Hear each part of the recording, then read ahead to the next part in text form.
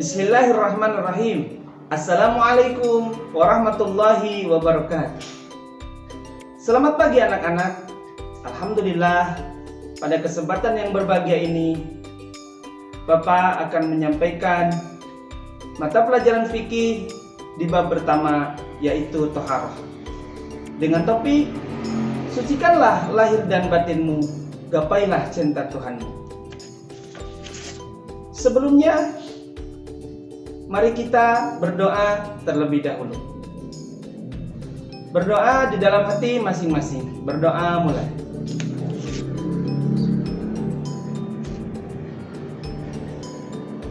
Selesai.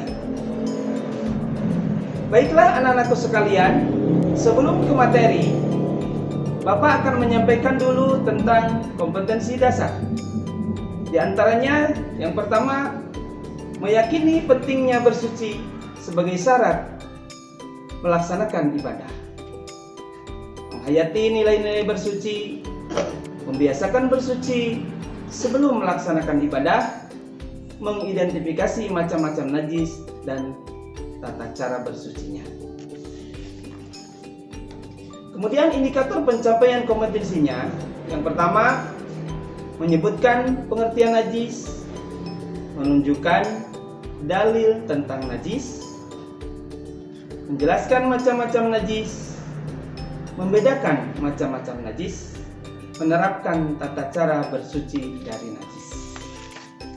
Baiklah anak-anakku sekalian, untuk selanjutnya kita masuk ke materi pembahasan di bab pertama, yaitu ketentuan Thaharah. Yang pertama, pengertian Thaharah. Thaharah menurut bahasa yaitu bersuci. Sedangkan menurut istilah yaitu suatu kegiatan bersuci dari najis dan hadas, sehingga seseorang diperbolehkan untuk beribadah yang dituntut harus dalam keadaan suci. Kemudian yang kedua, yaitu dalil tentang Thaharah. Anak-anakku sekalian, perlu kalian mengetahui Allah Subhanahu wa taala telah berfirman dalam Al-Qur'an surat Al-Baqarah ayat 222. Bismillahirrahmanirrahim. Innallaha yuhibbut tawwabin wa yuhibbul mutatahhirin. Yang artinya, sesungguhnya Allah mencintai orang-orang yang bertobat dan orang-orang yang mensucikan diri. Rasulullah SAW bersabda dalam sebuah hadisnya yang berbunyi, La yaqbalullahu sholatan bighairi tahurin. Allah tidak menerima sholat seseorang yang tidak dalam keadaan suci. Hadis riwayat Muslim. Anak-anakku sekalian, untuk selanjutnya, poin yang ketiga, kita masuk ke pengertian najis. Najis berasal dari bahasa Arab yang artinya kotor, sedangkan menurut istilah adalah suatu benda yang kotor yang mencegah sahnya mengerjakan suatu ibadah yang dituntut harus dalam keadaan suci. Kemudian, anak-anakku sekalian,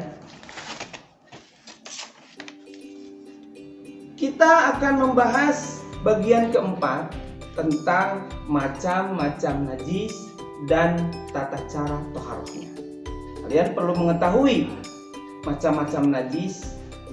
Najis terbagi tiga. Yang pertama atau poin A, yang pertama poin A adalah najis mukhaffafah. Najis mukhaffafah adalah najis yang ringan, seperti air seni bayi laki-laki yang belum berumur 2 tahun dan belum makan apapun kecuali air susu ibunya. Nah, cara mencucikannya itu sangatlah mudah. Cukup dengan mempercikan air atau mengusapkan air yang suci pada permukaan yang terkena najis. Sebagaimana hadis Rasul menyatakan bahwa yaghsilu min baulil jariyah wa yurasha min baulil ghulam dibasuh karena kencing anak perempuan dan dipercikan karena air kencing anak laki-laki. Hadis riwayat Abu Daud dan An-Nasa'i. Anak-anakku sekalian, untuk selanjutnya yang kedua yaitu najis mutawasitoh. Najis mutawasitoh adalah najis pertengahan atau boleh dikatakan dengan najis sedang. Ini najis mutawasitoh itu banyak sekali, diantaranya bangkai binatang darah yang berdarah sewaktu hidupnya, kemudian darah, nanah, muntah, kotoran manusia atau kotoran-kotoran binatang lainnya, dan ataupun yang terakhir adalah arak ataupun khamr, dan banyak-banyak lagi. Kemudian yang ketiga, anak-anakku sekalian, yang ketiga ada yaitu najis mughalladah. Najis mughalladah adalah najis yang berat. Najis ini bersumber dari anjing dan babi. Cara mensucikannya melalui beberapa tahap, yaitu dengan membasuh air sebanyak 7 kali. 7 kali. Salah satu diantaranya menggunakan air yang dicampur dengan tanah.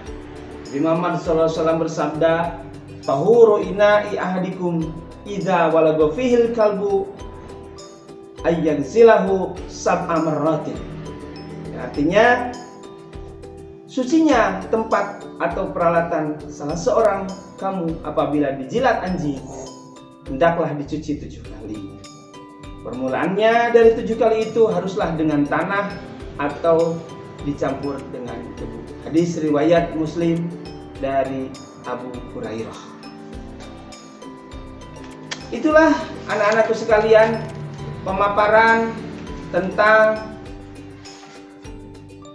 taharah, di mana pentingnya taharah itu bagi kita, dan pentingnya mengetahui macam-macam najis dan tata cara bagaimana mensucikannya agar supaya kita bisa selalu dalam keadaan suci sehingga ibadah kita menjadi sah dan diterima oleh Allah Subhanahu wa taala.